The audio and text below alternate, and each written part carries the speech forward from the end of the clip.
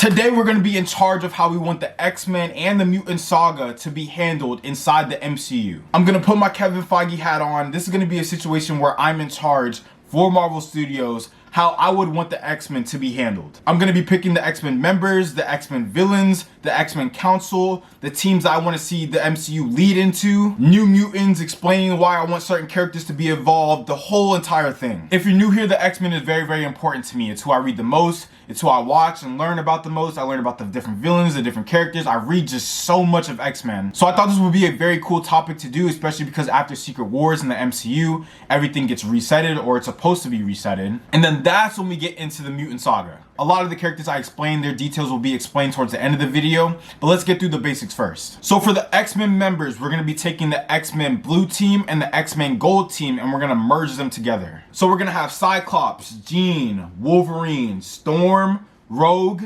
Gambit, Beast, Angel, and Colossus. We're going to add Forge, of course, Bishop, and Psylocke. Now this is the basic blue and gold team merging together, but there is a couple members that I want to add, and there's some that are missing. So we're gonna add Magic, Sunspot, Jubilee, and of course Bobby, Iceman. Sunspot will be very, very important. Once again, I'm gonna explain that more towards the end of the video. To me, this is the perfect balance of having the current members, you have young members, you have new members, and I think that will really get into the audience a lot. Nightcrawler obviously isn't here, but I didn't want to put him if we're going to have Magic, and Magic and Colossus are sister and brother, and we rarely ever get to see them be together outside of the new run that we have now, and that's Unlimited Ultimate Wolverine.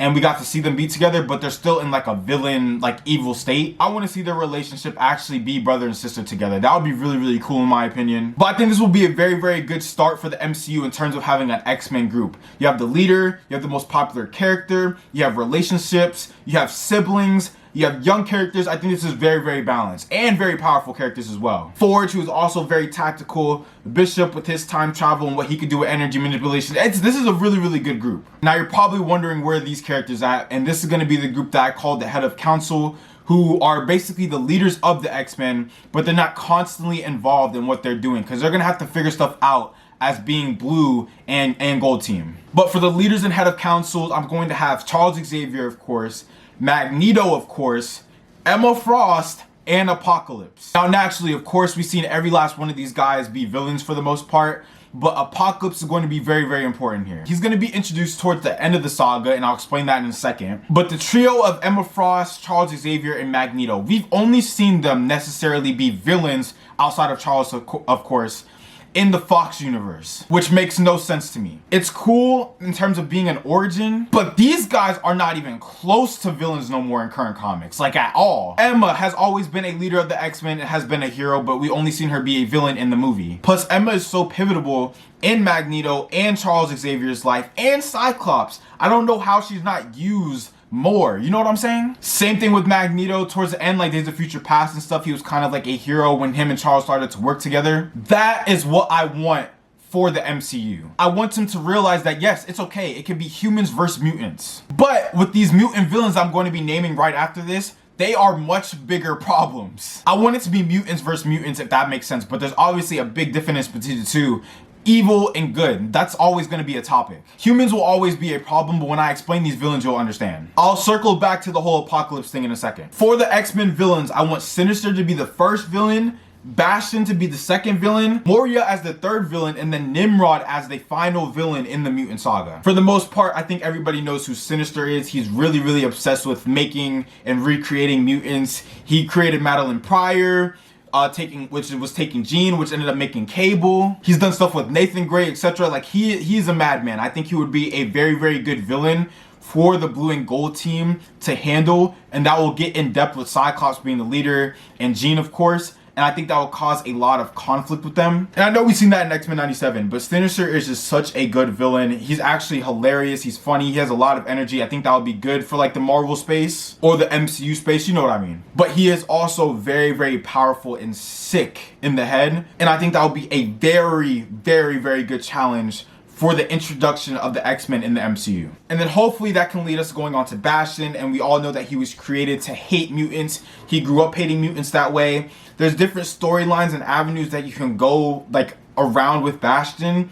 I don't want to waste too much time on him because the next two villains are just a lot more important. But Bastion will be important at the end of this video as well when I explain what the last group will be. The third villain, Moria, she is very important, and I would love to have her as a villain, and I'm very excited to explain her. So if you read the Krakoa run, you probably know her more to be as a hero, because she was a hero technically for a very long time. The way her powers works is if she dies, she's able to reincarnate into a different life and remember every single memory that she had in that past life. So that's when she went on to Charles and said, look, you guys are never ever going to beat the humans. I've died so many times. We did different timelines, different lives, etc. You guys never win. And they go through this stretch of trying to figure out what possible way they can beat humans and keep the mutant existence alive. And it's so crazy to think about, because naturally you would always feel like mutants should have beat the humans. Like, there should be no scenario where they should lose. But that's when other mutants get involved, like stuff like Bastion is involved with other humans and stuff. It gets kind of crazy. But at the end of like the run, she's in like a series called, like, I think it's like Inferno, it's something like that, where she tries to handle the mutant race thing herself by turning people into humans. I think that's how it went, and it created like a lot of conflict, and she became a very controversial villain. A lot of people really liked her as a hero, including myself, and then her being a villain like really rubbed a lot of people the wrong way. But I think she would be great for the MCU because it will cause a lot of conflict. I think it'll get a lot of people's heart racing, knowing what she's doing, and people that don't know her thinking that she's a hero the whole entire time, and then you're fasting forward and realizing that she becomes evil. I think that would be such a good plot line for the MCU for X-Men. And the last villain is Nimrod, and the best way to explain him is if you watch the MCU and you saw Thanos for the Avengers, to me that would be Nimrod for the X-Men, if that makes sense. He is broken, very powerful, very smart. He was able to get a lot of information out of literally everybody. And he has a very weird connection with every single villain on this list. But I think that would be a really good final fight for the X-Men. And plus, I want to see the X-Men have full power, full strength. If they are Omega level, I want to see them go full Omega level, have no limits to go fight these villains. You know what I'm saying? We're never really going to be able to see that in movies, but that would be like an opportunity for us to have. And that gives the opportunity for Magneto, Emma Frost, Charles to have more involvement once the situation and the other villains get more serious. Like I was saying before, I know the humans versus mutant thing is a good plot and topic to focus on, but there are bigger problems. Like, these villains as like they are no joke. They want mutant kind to be completely obliterated, and humans obviously have such an extent of what they could do, but these villains are much bigger problems. And then that's when we're gonna need all hands on deck. And circling back to Apocalypse, Moria actually went to war with him for the mutants. And obviously Apocalypse has been a hero before. Like, he's been a leader for mutants. He's been a head of council for Krakoa. And he squashed beef with Charles. He went in council for them when they were speaking to the like Wakandans and the other nations and stuff, etc. Like, he was there. And I want to see that side of Apocalypse. I want a full practical CGI suit, kind of like how they did with the Thing and the Fantastic Four this year. I don't want the Age of Apocalypse that we had in that movie. That's not a good idea. Make him super tall, make him super wide, give him the full CGI face, make it practical if you have to. Make them come together. Make it be about mutants coming together and protecting themselves. Like, that has to be the main focus, at least for me, in my opinion. And my favorite part about these villains is because they're so versatile, right?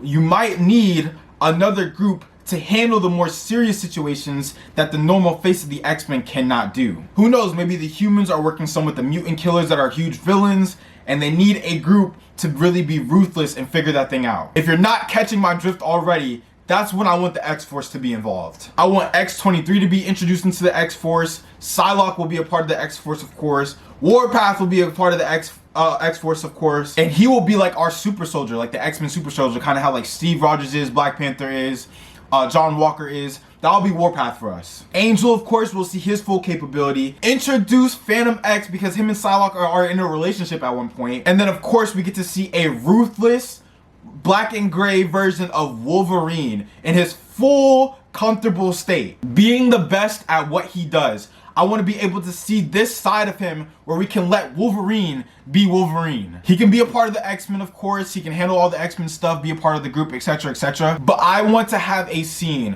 where Cyclops goes up to Wolverine and he's like, look, we have some problems that we need to be solved, and we know you're the best at what you do.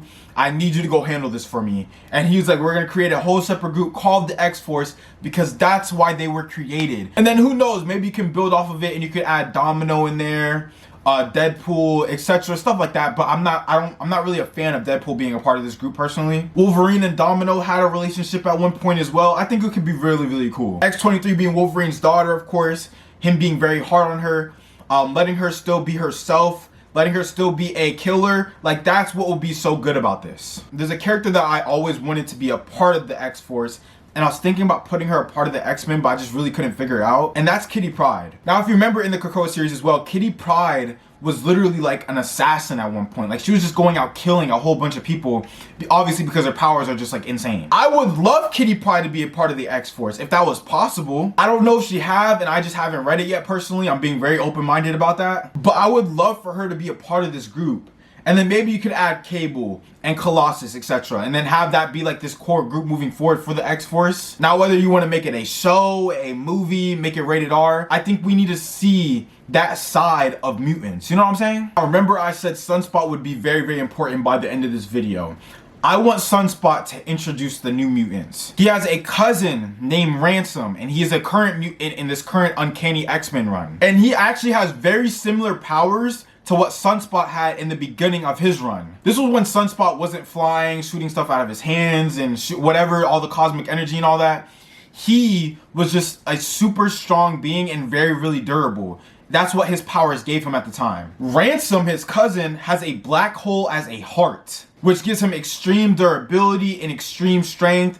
And anytime he gets hit, he gets more and more powerful, and he's able to generate that energy towards his cells, and he's able to use it back out in terms of energy. And he's able to use that in his fist and anywhere that he chooses, which gives like a lot of potential. And Ransom is a part of a group called the Outliers, and that has members called Calico, Death Dream, Ember, Jitter, and then of course Ransom. And I want this to be the stage of New Mutants. I think a movie of this will be very, very good, especially if you're branching it off the current X-Men that I have placed. You have Sunspot be a part of that group. I was gonna say Jubilee as well, but I think she's still more of like a official X-Men state. But I think the official X-Men can help like train these guys, you know what I'm saying? And that's what we're seeing in the current Uncanny X-Men run. I'm really enjoying it right now. And I think Death Dream is like the next mutant that can be very, very, very scary, very, very powerful, that the X-Men have to like contain, you know what I'm saying? So that's why Sunspot will be very, very important. Remember that Ransom is his cousin, and I'm very big on just family members and some type of relationship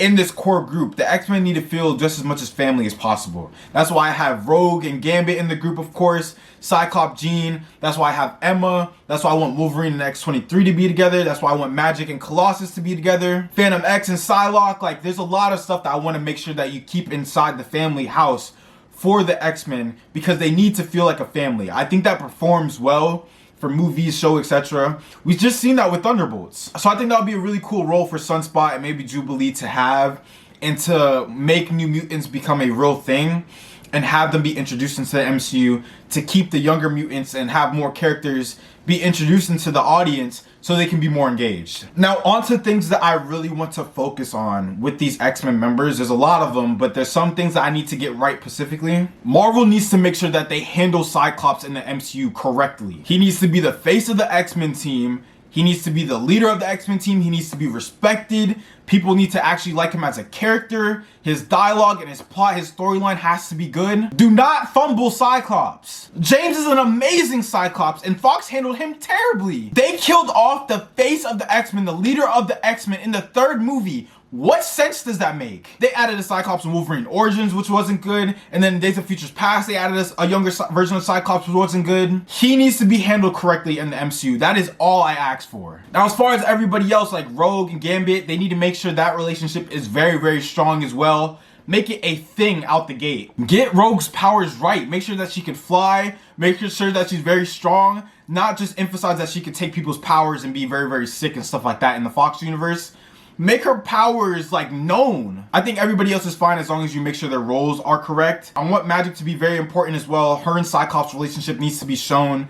Brother and sister needs to be shown. She needs to be the teleporter of the group. That's really the only reason why I don't have Nightcrawler on this list. I just don't see two teleporters being on the same team making any sense really. But she's a very cool and funny character. She's very, very powerful as well. Make sure that Limbo and stuff can get introduced later on. Like, make it be a whole reveal, kind of like how they did in Uncanny X-Men Volume 3. That was really good. But for everybody else, I think it's perfectly fine. I think this is a really good group. I think this is a good group to build off of. But that's how I would handle the X-Men for the MCU universe. If you are new here, please stick around. If you want to see my short form content, go to my TikTok or Instagram. And remember, if you have dreams, please go chase them. Thank you guys for watching.